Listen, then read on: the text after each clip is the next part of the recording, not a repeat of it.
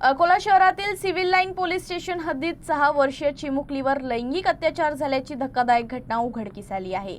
या प्रकरणी 15 वर्षीय विधी संघर्ष बालकाविरुद्ध सिव्हिल लाईन्स पोलिसांनी विविध गंभीर कलमांअंतर्गत गुन्हा दाखल केला आहे।